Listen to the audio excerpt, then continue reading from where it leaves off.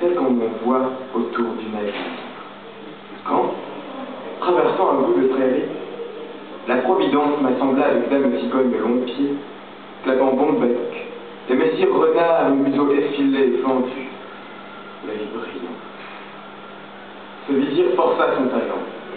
Il m'invita à dîner à mon logis, en compagnie de dame cigogne. En bon cuisinier, il m'assura du repas. Perçant son destin, je l'ai prié, sans cérémonie, pour le soir même. Ah, le distrait, j'oubliais de me présenter. Ami de la nature et des bêtes, je suis Jean de La Fontaine, sujet du roi Louis XIV. Cela dit en passant, je me tais.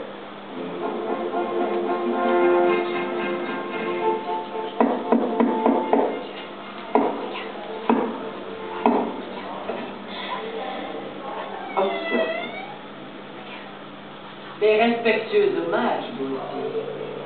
Oh, quel beau mobilier à tête. Mais je ne vois pas la colère. Il ne répond pas. Se serait-il endormi? Ah, c'est Jean de la ville.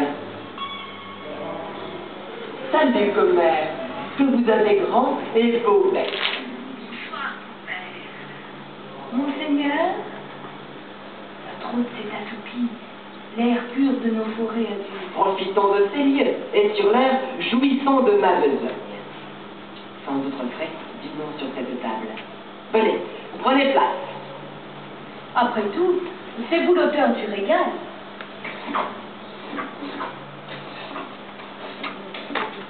Comment voulez-vous manger une soupe bouillie servie de la sorte? Je ne peux en attraper une miette. Croyez-vous, chère commère, que j'ai envie de faire crever le monde à force de mangeaille? Et le vin? Les services est fini. Il est trop tard pour renverser. Et d'autres m'attendent. Vous pensez bien. L'invention est bonne, messire. Voilà un bon divertissement. Je vous conseillerais de le pratiquer.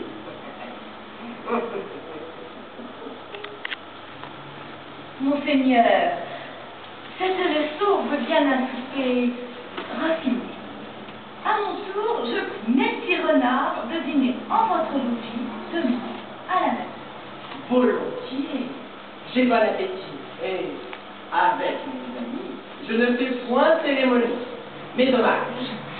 Messeigneurs, à demain. Nos héros à Catipac ont des qualités et des sentiments. Regardez le renard. N'est-il pas un harpagon? De sa triponnerie. Messire, c'est la cigogne. C'est le sage qui entend la raillerie. Je me suis mis. Mais, attendez.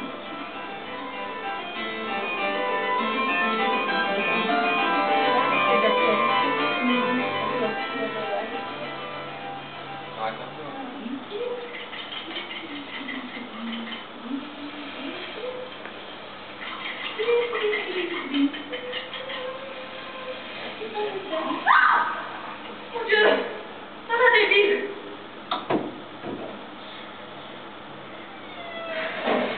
Tout est prêt, monseigneur.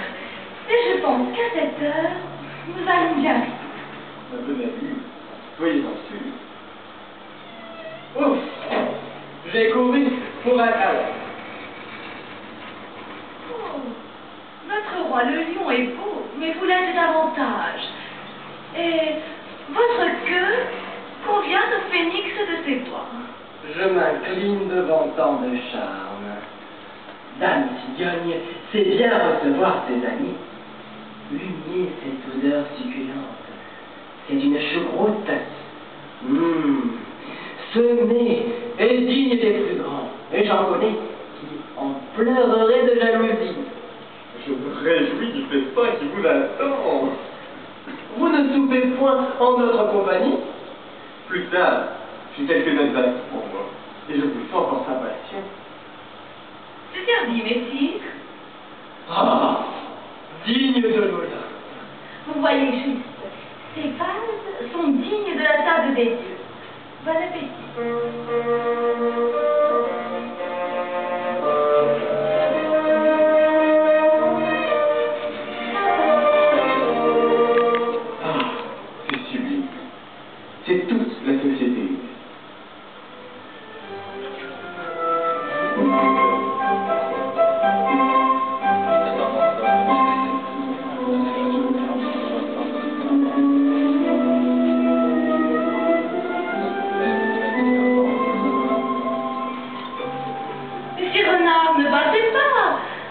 Vous savez bien qu'en Alsace, tout est bien qui finit bien. Allons dans une auberge, souper tous les trois, et foi d'animal, je vous promets un vrai régal. Quelle bonne aventure, vous ne trouvez pas? Mais pour que rien ne manque au festin, goûtons dès à présent à la morale de cette histoire. Mon père, c'est pour vous que j'écris. Attendez-vous à la paresse.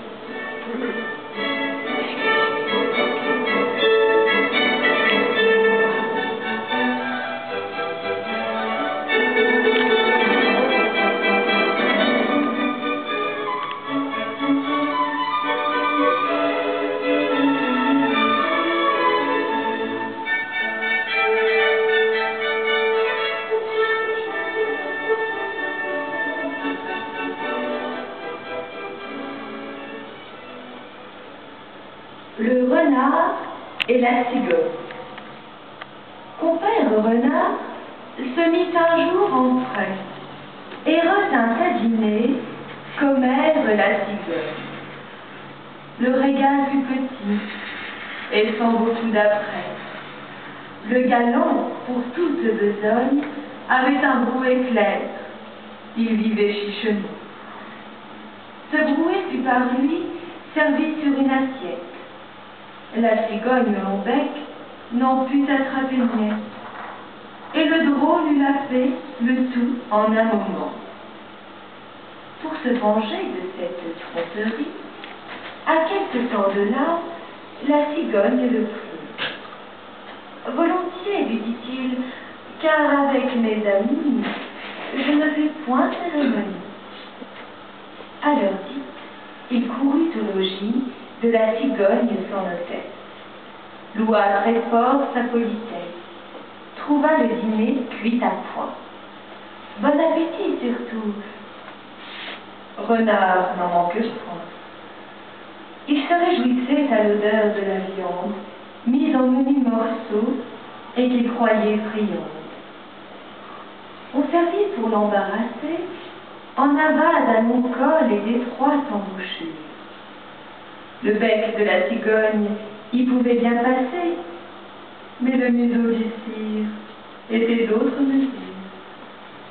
Il lui fallut à jeun retourner au logis, honteux comme un renard qu'une poule aurait pris, serrant la queue et portant à l'oreille. Trompeur, c'est pour vous que j'écris. Attendez-vous à la fin.